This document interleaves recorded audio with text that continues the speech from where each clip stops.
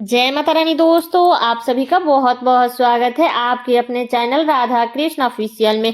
उम्मीद करती हूँ आप लोग बहुत अच्छे होंगे। तो ये बताने के लिए कमेंट बॉक्स में जय श्री विष्णु जरूर लिखिएगा। तो चलिए दोस्तों, आज हम इस वीडियो में कार्तिक महात्म्य का 30वां अध्याय सुनेंगे। तो आप लोगों से निवेदन है कि आप लोग कार्तिक महात्म्य के सुनने के बाद में आप लोग वीडियो को लाइक और चैनल को सब्सक्राइब जरूर कर लीजिएगा। और लाइक तो जरूर ही कर दीजिएगा, क्योंकि आपकी एक लाइक से मुझे बहुत ही मोटिवेशनल मिलता है, इसलिए आप लोग लाइक तो जरूर ही कीजिएगा। तो चलिए सुनते हैं कार्तिक महात्म्य का 30वां अध्याय। तो भगवान श्री कृष्ण ने आगे कहा कि हे प्रिय, यमराज की आज्ञा शिरोधार्य करते हुए प्रेतपति धनेश्वर को नरकों के समीप ले गया और उसे दिखाते हुए कहने लगे कि हे धनेश्वर, महान भय देने वाला इस नरकों की ओर दृष्टि डालो।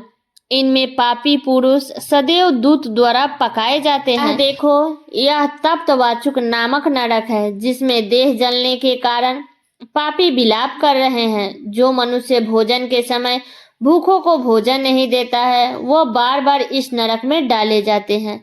वह प्राणी जो गुरु, अग्नि, ब्राह्मण, गौ, वेद और राजा इनको लात मारता है, वह भयंकर नरक अतिशय पापों के कारण पर मिलते हैं। आगे देखो, ये दूसरा नरक है जिनका नाम अंधाता मिश्र है। इन पापियों को सुई की भांति मुख वाले तमोत नामक कीड़े काट रहे हैं।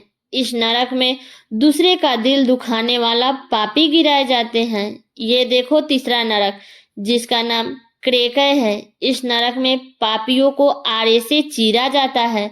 यह नरक भी असीम, त्रवन आदि वेदों से 6 प्रकार का होता है। इसमें स्त्री तथा पुत्रों के वियोग कराने वाले मनुष्य को कड़ाही में पकाया जाता है। 2 प्रिय जनों को दूर करने वाले मनुष्य भी असीमित्र नामक नरक में तलवार के धार से काटे जाते हैं और कुछ भेड़ियों के डर से भाग जाते हैं। अब अर्गल नामक यह चौथा नरक देखो। इसमें पापी विभिन्न प्रकार से चिल्लाते हुए इधर उधर भाग रहे हैं। यह नरक भी वध आदि भेदों से 6 प्रकार का है। अब तुम यह 5वां नरक देखो, जिसका नाम कुटसालमली है। इसमें अंगारों की तरह कष्ट देने वाले बड़े बड़े कांटे लगे हैं। यह नरक की यातना आदि भेदों से 6 प्रकार का है। इस नरक में पर स्त्री गमन करने वाले मनुष्य डाले जाते हैं। अब तुम यह 6ठा नरक देखो।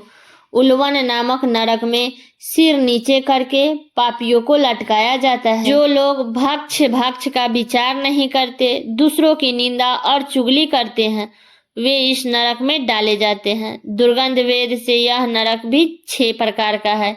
यह है 7वां नरक, जिसका नाम कुंभी पाक है।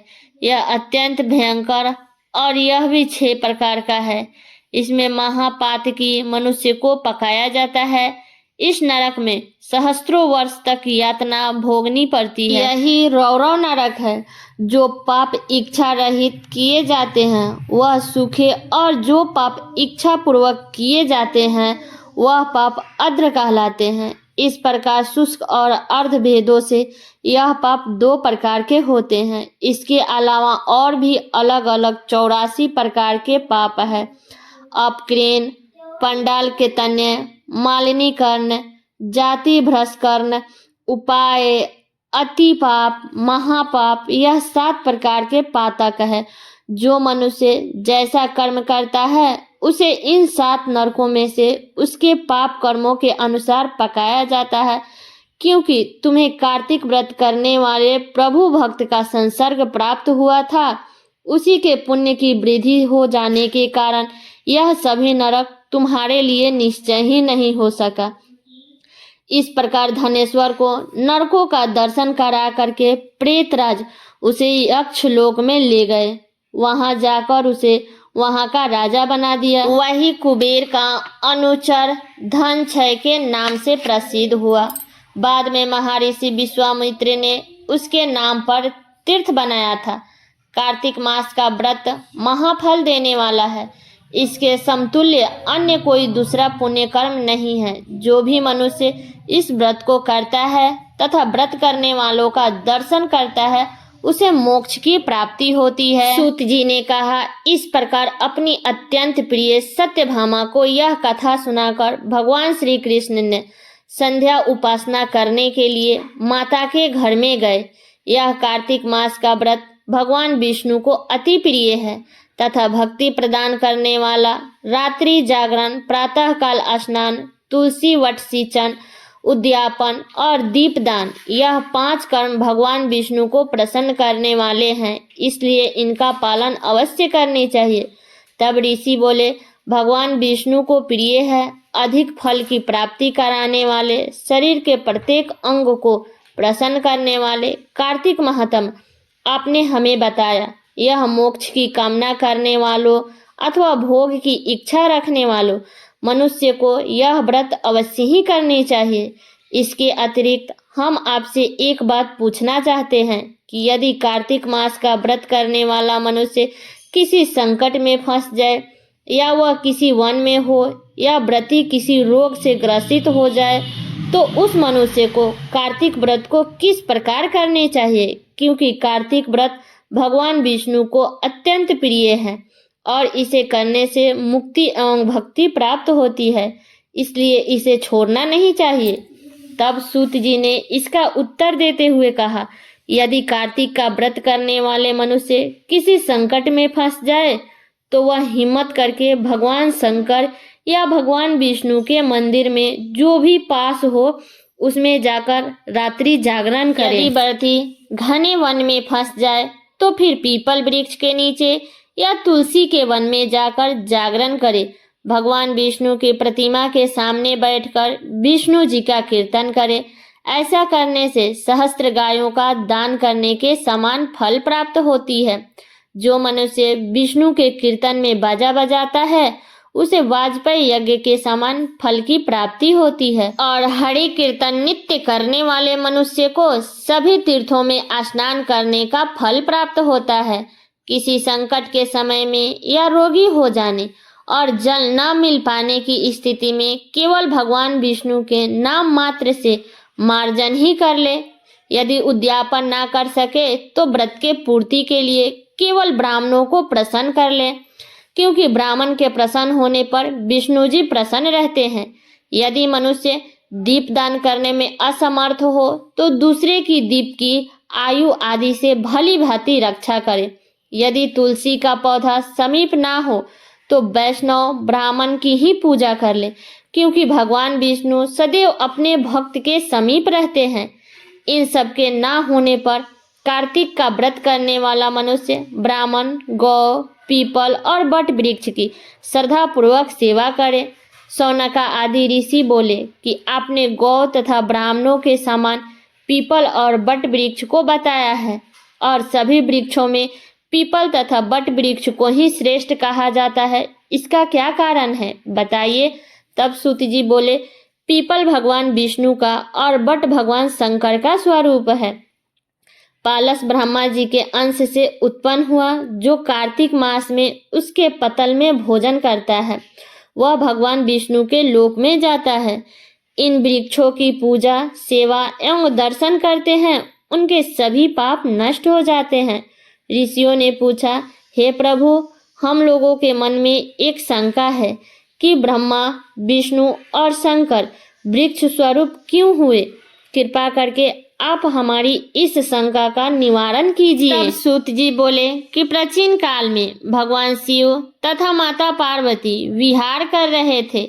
उस समय उनके विहार में विघ्न उपस्थिति करने के उद्देश्य से अग्निदेव ब्राह्मण का रूप धारण करके वहां पहुंचे। विहार के आनंद के वशीभूत हो जाने के कारण कुपित होकर माता पार्वती ने सभी देवताओं को श्राप दे दिया। माता पार्वती ने कहा, हे देवताओं, विषय मुख से कीट पतंगे तथा अनभिज्ञ नहीं है।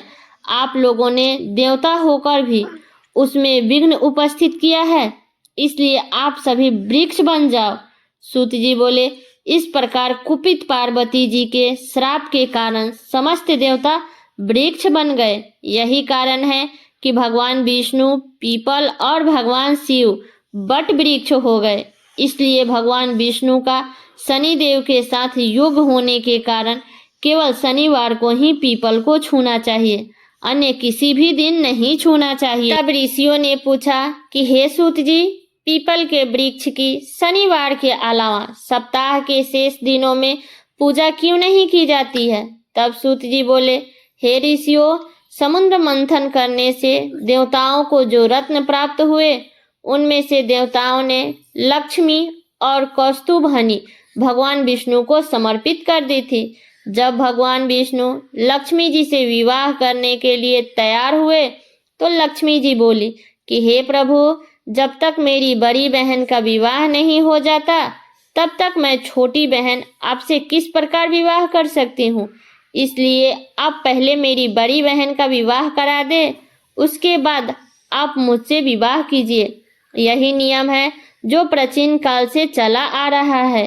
तब सूत जी ने कहा, लक्ष्मी जी के मुख से ऐसा वचन सुनकर भगवान विष्णु ने लक्ष्मी जी की बड़ी बहन का विवाह उद्दलक ऋषि के साथ संपन्न करा दिया। लक्ष्मी जी की बड़ी बहन अलक्ष्मी जी बड़ी कुरूप थी, उसका मुख बड़ा, दांत चमकते हुए, उसकी देह वृद्धि की भांति, नेत्र बड़े बड़े और बाल रूखे थे। भगवान विष्णु के आग्रह किए जाने पर ऋषि उद्दलक ने उससे विवाह करके उस वेद मंत्रों की ध्वनि से गूंजते हुए अपने आश्रम ले गए। वेद ध्वनि से गुजित हवन के पवित्र धुएं से सुगंधित उस ऋषि के सुंदर आश्रम को देखकर अलक्ष्मी को बहुत दुख हुआ। वह महर्षि उद्दलक से बोली, इस आश्रम सहित उस पीपल के वृक्ष के पास गए जहां अलक्ष्मी बैठकर विलाप कर रही थी। उसको आश्वासन देते हुए भगवान विष्णु बोले, हे अलक्ष्मी, तुम इस पीपल के वृक्ष की जड़ में सदैव के लिए निवास करो, क्योंकि इसकी उत्पत्ति मेरे ही अंश से हुई है और इसमें सदैव मेरा ही निवास रहता है। प्रत्येक वर्ष गृहस्थ लोग तुम्हारी पूजा करेंगे और उन्हीं के घर में तुम्हारी छोटी बहन का वास होगा। स्त्रियों को तुम्हारी पूजा विभिन्न उपहारों से करनी चाहिए।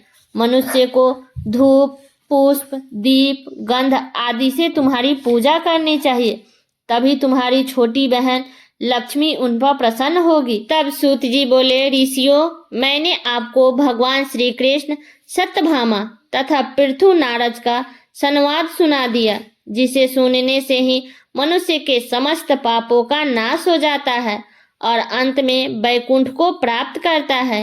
यदि आप भी लोग कुछ पूछना चाहते हैं तो अवश्य पूछिए, मैं उसे अवश्य कहूंगा। सूत जी के वचन सुनकर सौनका आदि ऋषियों ने थोड़ी देर तक प्रसन्नचित्त वहीं बैठे रहे।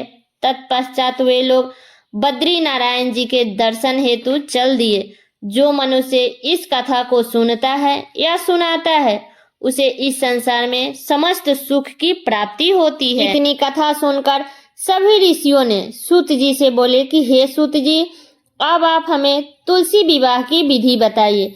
तब सूत जी बोले, कार्तिक शुक्ल पक्ष के नवमी को द्वापर युग का आरंभ हुआ है, अतः यह तिथि दान और उपवास में क्रमशः पूर्व व्यापनी तथा परवाहन व्यापनी हो तो ग्रह है। इस तिथि को नवमी से एकादशी तक मनुष्य शास्त्र युक्त विधि से तुलसी का विवाह का उत्सव करे तो उसे कन्यादान का फल प्राप्त होता है। पूर्व काल में कनक की पुत्री किशोरी ने एकादशी तिथि में संध्या के समय तुलसी जी का वैवाहिक विधि विवाह संपन्न की। इससे वह किशोरी वैधव्य दोष से मुक्त हो गई। अब मैं उसकी विधि बतलाता हूँ। 1 तोला स्वर्ण की भगवान विष्णु की सुंदर प्रतिमा तैयार करवाएं अथवा अपने शक्ति के अनुसार आधे या चौथाई तोले की ही प्रतिमा बनवा ले। फिर तुलसी और भगवान विष्णु की प्रतिमा में प्राण प्रतिष्ठा करके पंडसोपचार से पूजा करे। पहले देश काल का स्मरण करके गणेश पूजन करे, फिर पुण्य वचन कराकर नंदी श्रद्धा करे। तत्पश्चात वेद मंत्रों के उच्चारण और बाजे आदि के ध्वनि के साथ भगवान विष्णु की प्रतिमा को तुलसी जी के निकट लाकर प्रतिमा को वस्त्र से आच्छादित करना चाहिए।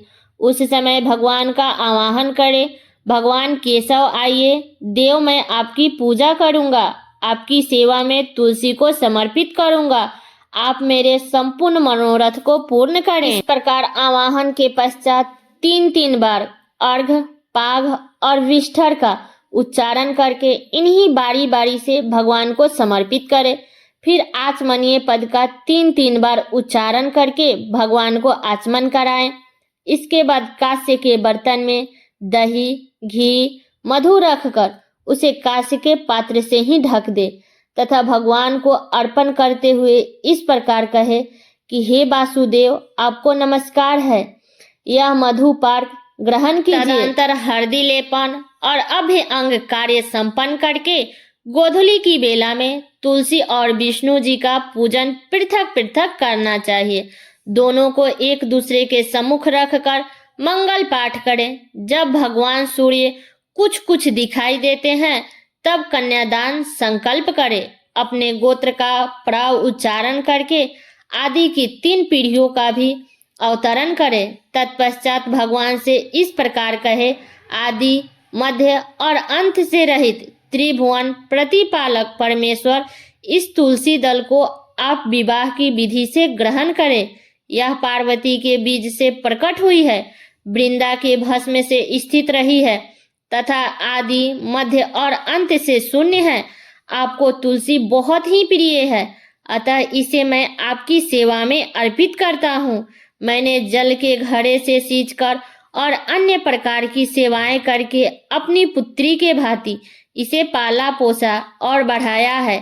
आपकी प्रिय तुलसी मैं आपको दे रहा हूँ, प्रभु आप इसे ग्रहण करें। इस प्रकार तुलसी का दान करके फिर उन दोनों को अर्थात तुलसी और भगवान विष्णु की पूजा करें। विवाह का उत्सव मनाएं। सुबह होने पर पुनः तुलसी और विष्णु जी का पूजन करें। आगरी की स्थापना करके उसमें द्वादक्षर मंत्र से खीर, घी, मधु और तिल मिश्रित हवनीय द्रव्य की 108 बार आहुति दे। फिर स्वीकृष्ट होमक करके पुनाहुत दे। आचार्य की पूजा करके शेष विधि पूर्ण करें। उसके बाद भगवान से इस प्रकार प्रार्थना करें कि हे प्रभु, आपकी प्रसन्नता के लिए मैंने यह व्रत किया है। जनार्दन, इसमें जो भी न्यूनतम हो वो आपके प्रसाद से पूर्णता को प्राप्त हो जाए। यदि द्वादशी में रेवती का 4था चरण बीत रहा हो तो उस समय पारण ना करे। जो उस समय भी पारण करता है वो अपने व्रत को निसफल कर देता है। भोजन के पश्चात तुलसी के स्वतः गलकर गिरे हुए पत्ते को खाकर मनुष्य सब पापों से मुक्त हो जाता है। भोजन के अंत में ऊख, आंवला और बैर का फल खा लेने से उच्च कष्ट दोष मिट जाता है। तदंतर भगवान का विसर्जन करते हुए कहे, भगवान अब तुलसी के साथ वैकुंठ धाम में पधारे। प्रभु मेरे द्वारा की हुई पूजा ग्रहण करें, आप सदैव संतुष्ट रहें। इस प्रकार देवेश्वर विष्णु का विसर्जन करके मूर्ति आदि सब सामग्री आचार्यों को अर्पण करे। इससे मनुष्य कृतार्थ हो जाता है। यह विधि सुनकर सूत जी ने ऋषियों से कहा, हे ऋषियों, इस प्रकार जो मनुष्य श्रद्धा पूर्वक सत्य, शांति और संतोष को धारण करता है वो भगवान विष्णु को तुलसी दल समर्पित करता है, उसके सभी पाप का नाश हो जाता है और वह संसार के सुखों को भोगकर अंत में विष्णु लोक को प्राप्त करता है। हे ऋषियों, यह कार्तिक महात्म्य सब रोगों और संपूर्ण पापों का नाश करने वाला है। जो मनुष्य इस महात्म्य को भक्ति पूर्वक पढ़ता है और जो सुनकर धारण करता है वह सब पापों से मुक्त हो जाता है, भगवान विष्णु के लोक में जाता है। जिसकी बुद्धि खोटी हो तथा जो श्रद्धा से हीन हो, ऐसे किसी भी मनुष्य को यह महात्म्य नहीं सुननी चाहिए। तो ये है कार्तिक महात्म्य का 30वां अध्याय। तो ये कथा यहीं पे समाप्त होती है। अब हम अगले मास की कथा सुनेंगे, अगहन मास की। तो आप लोग मेरे वीडियो को लाइक और चैनल को सब्सक्राइब करके जरूर रख लीजिएगा। तो ये कथा मेरा यहीं तक का था। कैसा लगा ये कथा आप लोग कमेंट करके जरूर बताइएगा। चैनल पे नए हैं तो सब्सक्राइब कर लीजिएगा, बेल आइकन को प्रेस कर दीजिएगा, जिससे मेरे वीडियो का नए नोटिफिकेशन आप सभी के पास में सबसे पहले पहुंचे। और वीडियो को लाइक कर दीजिएगा, क्योंकि आपके एक लाइक से मुझे बहुत ही मोटिवेशनल मिलता है। तो इसलिए वीडियो को लाइक कर दें और वीडियो को शेयर कर दीजिएगा, ताकि हर कोई कार्तिक महात्म्य के लास्ट दिन की कथा को सुन सके। तो चलिए दोस्तों, मिलती हूँ अगले वीडियो में किसी नए वीडियो के साथ में। तब तक के लिए नमस्कार।